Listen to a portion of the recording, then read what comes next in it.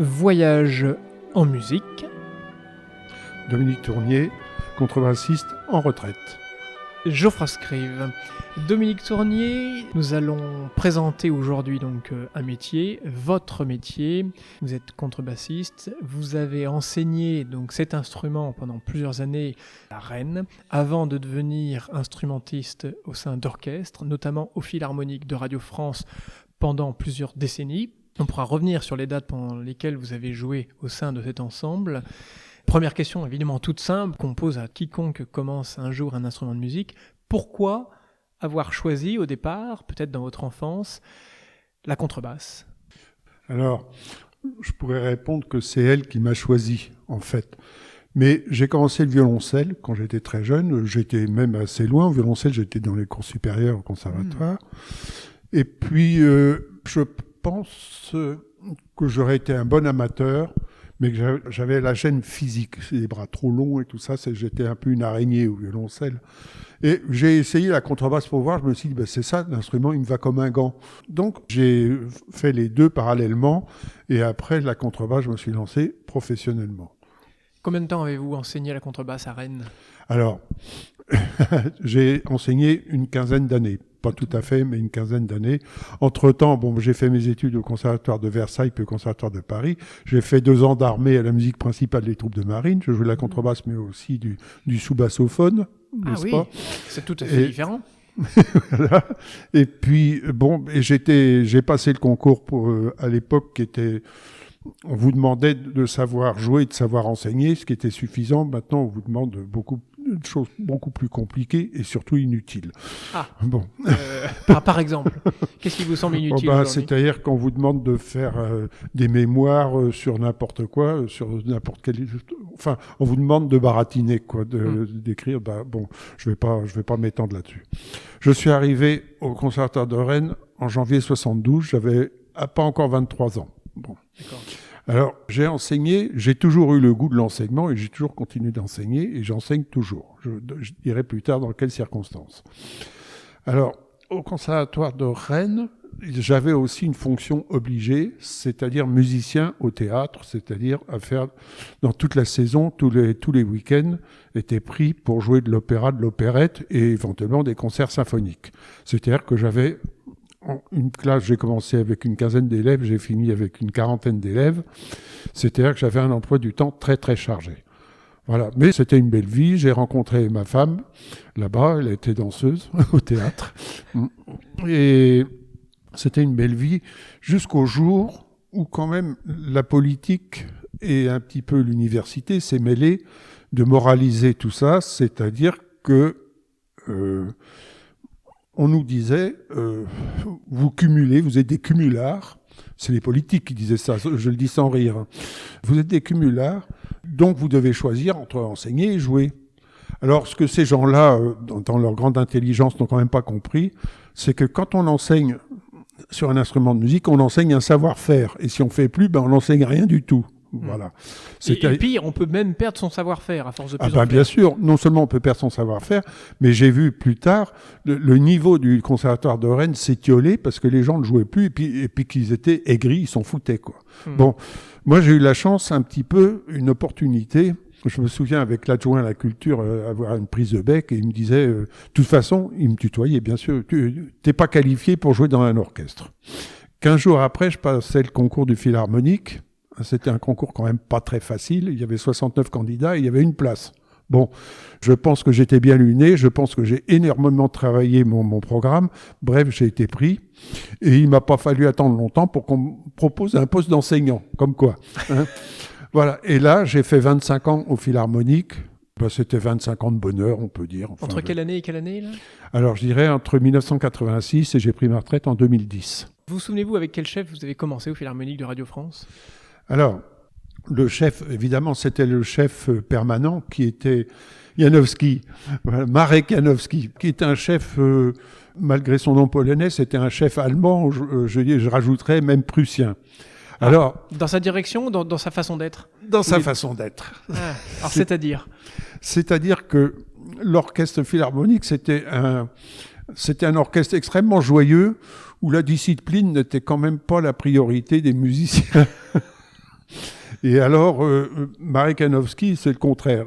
Quand on lui a proposé la place d'être chef permanent au Philharmonique, on lui a dit, mais est-ce que ça vous inquiète pas l'indiscipline des musiciens? Et il a répondu, ça, je m'en charge. Bon, il s'en est très bien chargé. Maintenant, l'orchestre philharmonique est devenu quand même un des orchestres mondiaux majeurs. Et il fallait aussi avoir des programmes. C'est-à-dire, est-ce que vous étiez emballé à chaque fois par les programmes proposés, soit par la direction, par le chef ou par l'orchestre? Alors évidemment, il faut être prêt à jouer à tout. Ce qui fait la qualité d'un programme, c'est la manière dont il est dirigé. Alors Marek Janowski, il savait très bien faire travailler un orchestre. Il était efficace. Il parlait peu, mais avec un vocabulaire très très ajusté. Il rigolait pas, sauf après quelquefois. Et il était fantastique dans Wagner et Bruckner. Ah, vous avez des souvenirs comme ça précis? Ah oui, comme il avait un caractère de cochon, il n'a pas fait la carrière internationale d'une vedette, mais dans Wagner, il était indépassable. Bruckner aussi. Enfin, personnellement, j'adore pas Bruckner, mais j'admire la manière dont il dirigeait. Alors parlons justement peut-être des compositeurs qui vous motivent le plus. Là, on sait que Bruckner ne remporte pas forcément votre adhésion, vous venez de le dire, mais y a-t-il au contraire des musiques ou des compositeurs qui vous touchent plus? Non, les musiques, elles me touchent en tant qu'auditeur. En tant que musicien, ce qui me touche, c'est le travail bien fait. Et pour ça, il faut être aidé par le chef. Le chef, il a une aura qui vous motive. Hein. J'ai eu la chance en fin de carrière d'avoir eu affaire à des Gustavo Dudamel, qui sont, à mon avis, les plus grands chefs du 21e siècle, un des plus grands chefs du 21e siècle. J'ai connu les grands chefs russes, Rodchevensky, Svetlanov et d'autres. Bon, j'ai des très très bons souvenirs avec Boulez. Boulez, j'aime pas sa musique, enfin c'est professionnel, mais bon, sa musique m'ennuie. Mais travailler avec lui, c'était vraiment du bonheur, parce que c'était un professionnel, et en plus il était respectueux des musiciens, ce que ne sont pas, ou ce que n'étaient pas tous les chefs dans le temps. Il vous faisait passer des messages sans avoir besoin de les dire? Voilà, ça, un bon chef, on sait ce qu'il veut, rien qu'à le regarder, il n'a pas besoin d'expliquer. Donc ça passe par quoi? Par les bras, par les doigts, par les yeux? Par l'aura. Ce sont des choses qu'on sent en tant que musicien dès que le chef arrive, la première fois qu'on le voit? Moi, j'ai un souvenir, je revois, c'est une image très précise de Rodchevensky, je ne sais plus ce qu'il dirigeait, c'était peut-être un concerto de Rachmaninov ou quelque chose comme ça. Et juste avant un solo de flûte, je me souviens, juste avant, il regarde la flûtiste, la flûte solo, et rien que dans son regard, on savait ce qu'il fallait entendre. Bon. Et c'est rare, c'est précieux ce genre de... Ah bah oui, c'est rare. C'est pour ça que les chefs, c'est des grandes stars. Enfin, il y a une dizaine de chefs qui sont des grandes stars, et puis bon, les autres, ils sont pas forcément mauvais, mais... Vous m'aviez dit avant un concert, on avait joué il me semble, c'était à Roscoff. Nous allions jouer la symphonie classique de Prokofiev, et vous m'aviez raconté cette anecdote que vous aviez eu une fois un vieux chef invité, qui vous avait dit, il y a 3 sortes de chefs. Il y a ceux qui empêchent de jouer, il y a ceux qui n'empêchent pas trop de jouer, et il y a ceux qui sont très rares, qui arrivent à aider un petit peu à jouer. Est-ce que vous pensez encore que cette assertion est vraie? Tout à fait. C'est un chef qui disait ça, un chef dont j'ai oublié le nom. Je revois, c'était un vieux routier de la musique lyrique et d'opérette. Il était assez âgé, mais très très efficace et très détendu. Et je me souviens de sa baguette parce qu'elle était complètement longue et tordue. Et j'avais l'impression que c'était une canne à pêche. Et c'est lui qui a dit ça. Et il s'est présenté comme quelqu'un qui n'empêche pas de jouer. Et vous vous rappelez du programme avec lui? Non, pas du tout, non. Les opérettes, j'ai dû en jouer 200, alors je ne me souviens pas de toutes. Alors, quelle est la particularité, justement, quand on est dans le pupitre des contrebasses, peut-être même l'avez-vous dirigé en tant que chef de pupitre, la spécificité de cette place au sein de l'orchestre, qui peut varier selon le répertoire interprété, plus ou moins à droite, plus ou moins à gauche. Y a-t-il un point de vue particulier qu'ont les contrebassistes sur le chef et aussi sur l'orchestre? C'est une place très privilégiée pour l'observation. C'est-à-dire qu'on est un petit peu surélevé, oui. Et contrairement à un violon solo ou à un violoncelle solo, on a une vue panoramique de l'orchestre. Bon, on a la vue sur les cuivres qui sont sur notre droite, et puis on est derrière alto, violoncelle. On voit tous les violons de face pratiquement. C'est un endroit très très privilégié. Et on a suffisamment de distance avec les chefs pour pas avoir la baguette sous le nez. Y a-t-il eu une différence d'investissement pour vous, de travail, entre le métier d'enseignant, enseigner la contrebasse, et celui de musicien d'orchestre? Alors là, c'est une réponse que j'ai pas tout à fait résolue, parce que la manière de jouer à l'orchestre, c'est une manière techniquement assez ingrate. Bon, quelquefois on n'a pas grand-chose à faire, quelques pizzes ou alors de planter des clous, mais quelquefois il y a des passages qui sont horriblement difficiles, c'est-à-dire qu'il faut changer de corde tout le temps, ça va très vite, on est dans le grave qui est difficile d'émission et tout ça. Alors que quand on enseigne, on essaie un petit peu d'élever les élèves, comme leur nom l'indique, c'est-à-dire dans le plaisir de jouer, c'est-à-dire chercher une manière, un jeu qui soit moins agressif, qui soit plus séduisant et qui motive l'élève à continuer et à s'accrocher. Et quand il a ça, quand il trouve le bonheur de jouer, alors là après, il peut s'attaquer à l'orchestre. C'est-à-dire que l'orchestre, c'est quand même très particulier. C'est très très particulier. Mais souvent en double et violoncelle, c'est-à-dire si je voulais faire de l'humour, je dirais ils font les notes et nous on fait le bruit, quoi.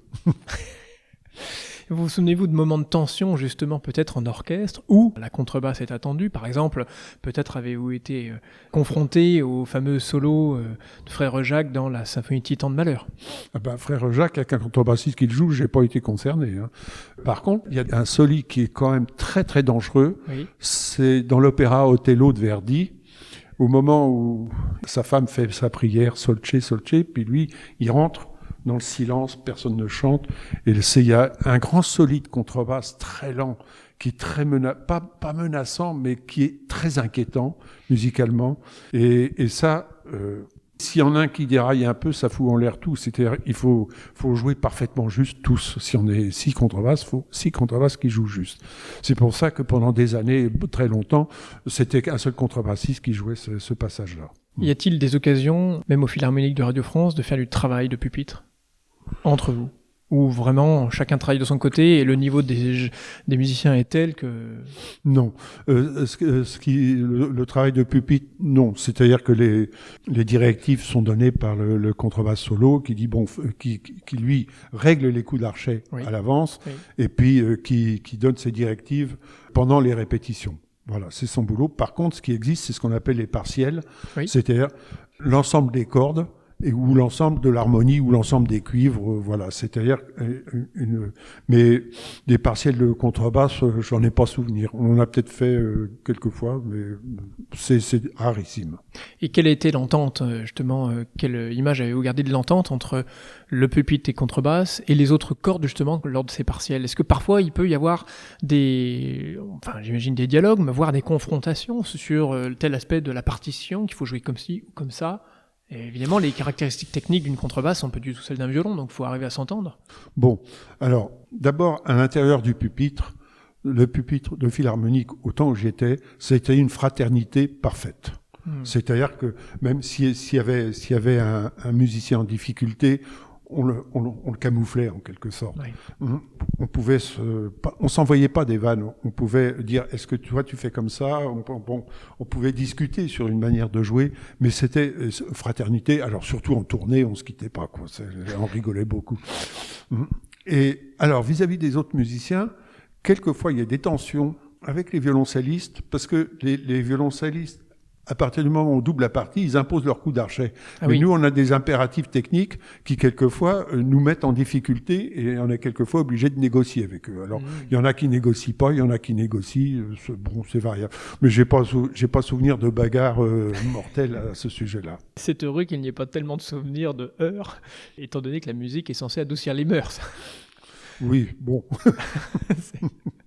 Alors aujourd'hui, vous continuez à enseigner, vous avez précisé au début de l'émission. Ce que je fais, j'enseigne bénévolement à des contrebassistes. Bon, moi, j'étais prêt à prendre tout le monde. J'en ai eu 3 ou 4, il m'en reste 2. C'est-à-dire que ce sont des jazzmen ou des gens qui jouent la basse électrique et qui veulent pousser la curiosité de l'instrument en dehors de leur domaine. Et donc, ils sont très très fidèles et je suis très content d'eux parce que, bon, c'est pas un don que je fais, c'est un échange. Enseigner, c'est échanger. Et c'est-à-dire que, en fait, je pense que les meilleures idées que j'ai eues, c'est grâce aux élèves que je dirais les moins doués, encore que j'aime pas beaucoup cet adjectif, mais les élèves moins doués m'ont obligé à me creuser la tête pour trouver des solutions qui leur conviennent ou qui les fassent évoluer. C'est ça qui m'intéresse, c'est l'échange. Et en fait, moi, je me rends compte que mes élèves m'ont beaucoup donné. Et tous mes anciens élèves, qui sont presque tous retraités maintenant, tous mes anciens élèves gardent un bon souvenir des études sous ma direction. Et comment se passent aujourd'hui donc les cours avec ceux qui vous restent? Ils viennent chez vous, vous vous déplacez? Parce que on peut se téléphoner et puis parce que ils ont eu des carrières. Par exemple, une qui est presque au bord de la retraite et qui a été très très très excellente professeure à Nantes.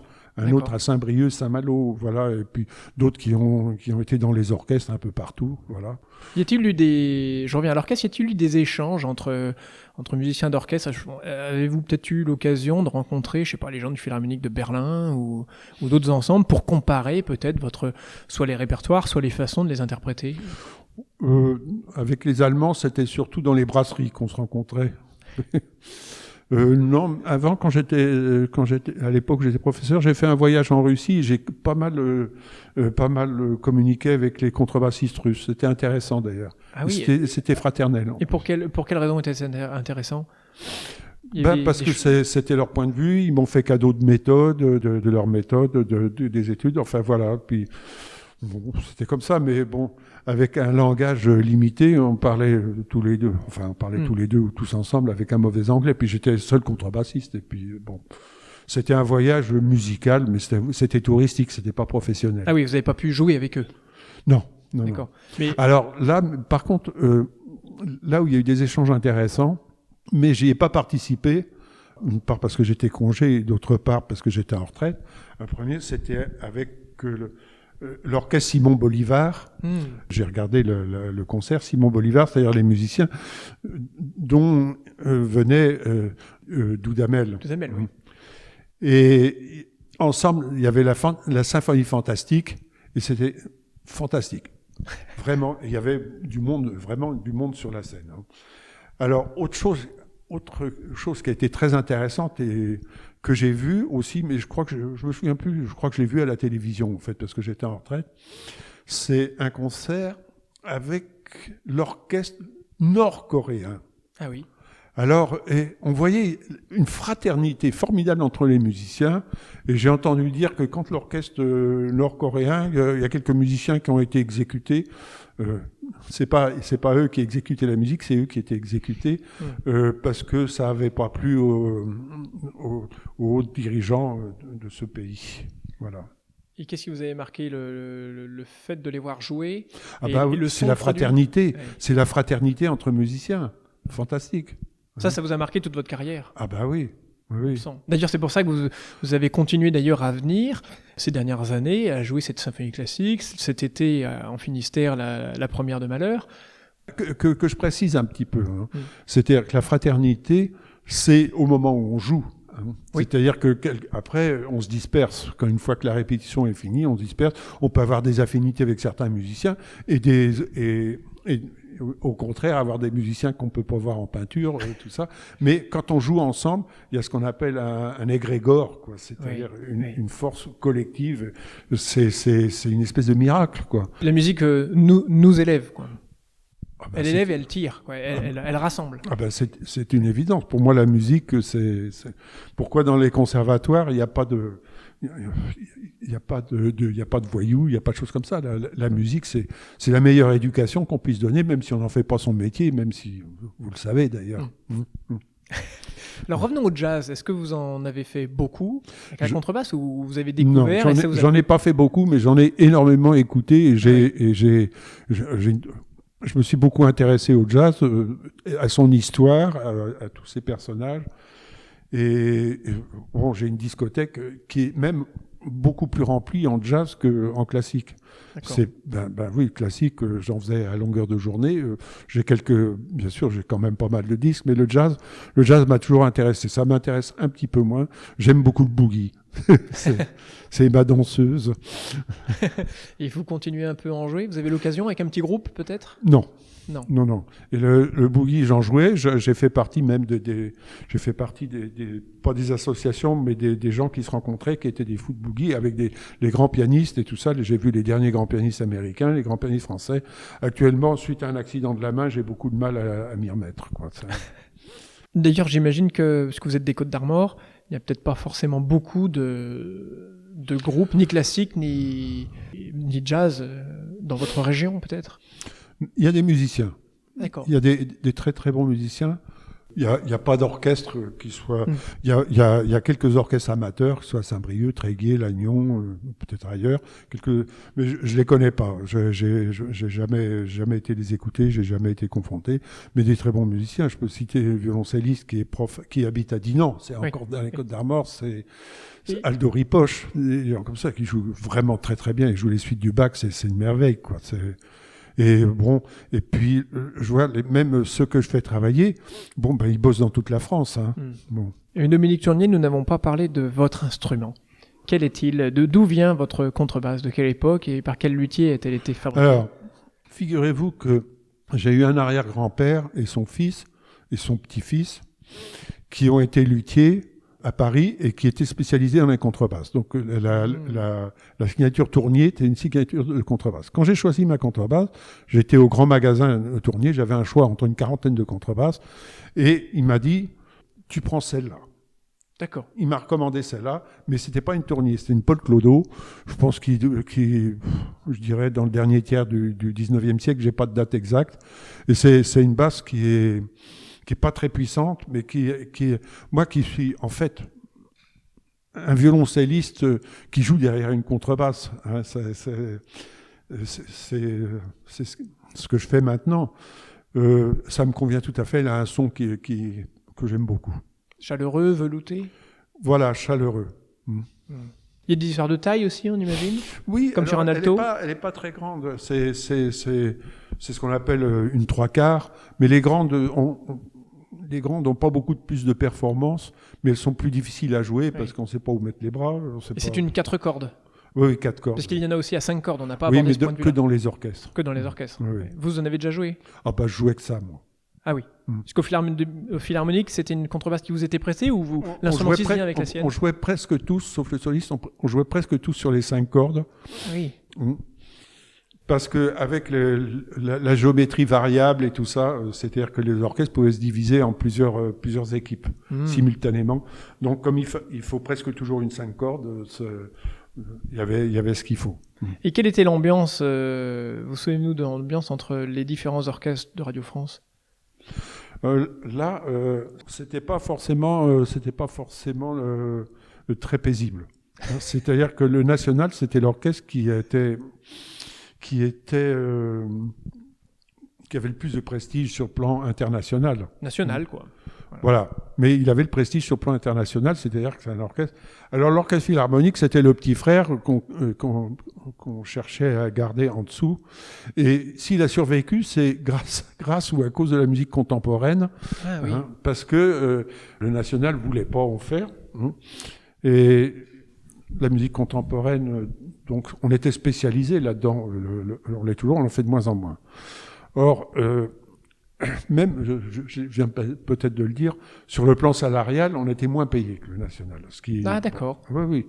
Et quand Janowski est arrivé, Janowski a élevé le niveau du Philharmonique, ce qui a beaucoup inquiété le National, qui avait une menace sur son prestige.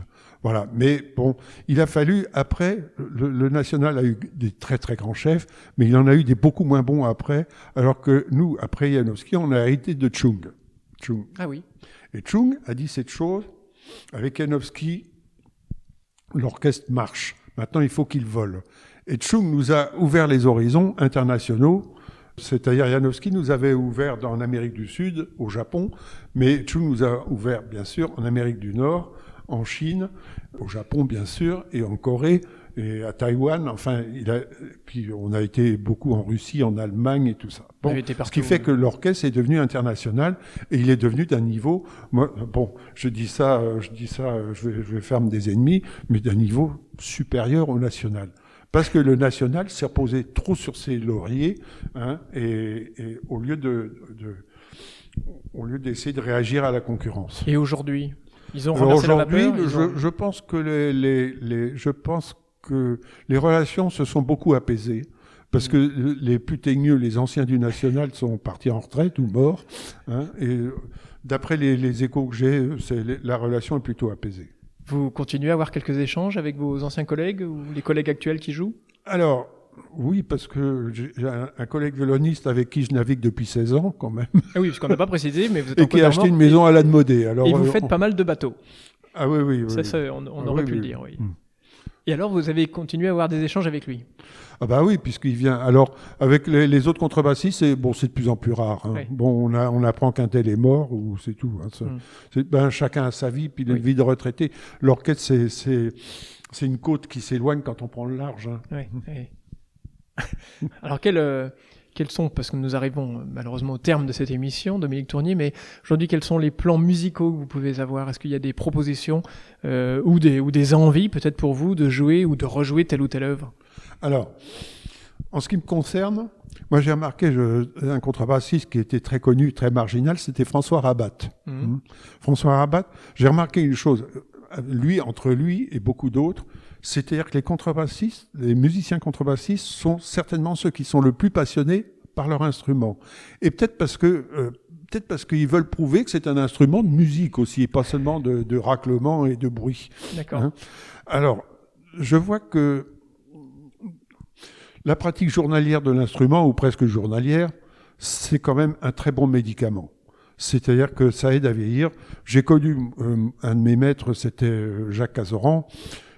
Il fumait le cigare, je me souviens. Bon, quand on allait chez lui, il y avait de la vodka, tout ça. Bon, il est mort à 97 ans, mais jusqu'à sa mort, il jouait. Hein. Bon, François Rabat, j'ai regardé sur Internet. Je me demandais il est né en 1931. Oui. Il est toujours vivant.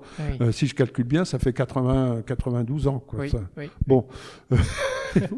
Alors, je me dis, si je veux me conserver, et c'est vrai que quand j'ai fait 1 heure de contrebasse le matin, je me sens mieux, je me sens optimiste, je me sens utile, Bon, mes projets, j'en ai pas, parce que j'ai fait plusieurs concerts en Côte d'Armor, en récital avec une pianiste. Alors, j'ai eu un accident, justement, je suis tombé de mon piédestal en ponçant mon bateau dans un chantier et je me suis fracturé la main. Et ma pianiste, la veille de mon accident, a eu un AVC, ce qui fait que le groupe est quand même un petit peu diminué. Oui. Alors le projet que j'ai, c'est un projet qui est très modeste, mais que j'aime bien, c'est-à-dire dans l'école de Lannemodé, c'est d'aller montrer la contrebasse et de jouer un petit peu et de parler avec les enfants. Voilà. Donc dans les écoles, les médiathèques. Enfin dans cette école-là, hein, je ne vais pas faire toutes les écoles. Hein. D'accord. Eh ben c'est magnifique ça. Est-ce que vous sentez que vous suscitez quelques vocations, ou au moins l'intérêt des enfants pour cet instrument ? Ben, je sais pas. D'abord, il y a une chose, ils sont très bien tenus par leur institutrice. Et ensuite, on verra. Hein. Ça devient de plus en plus difficile.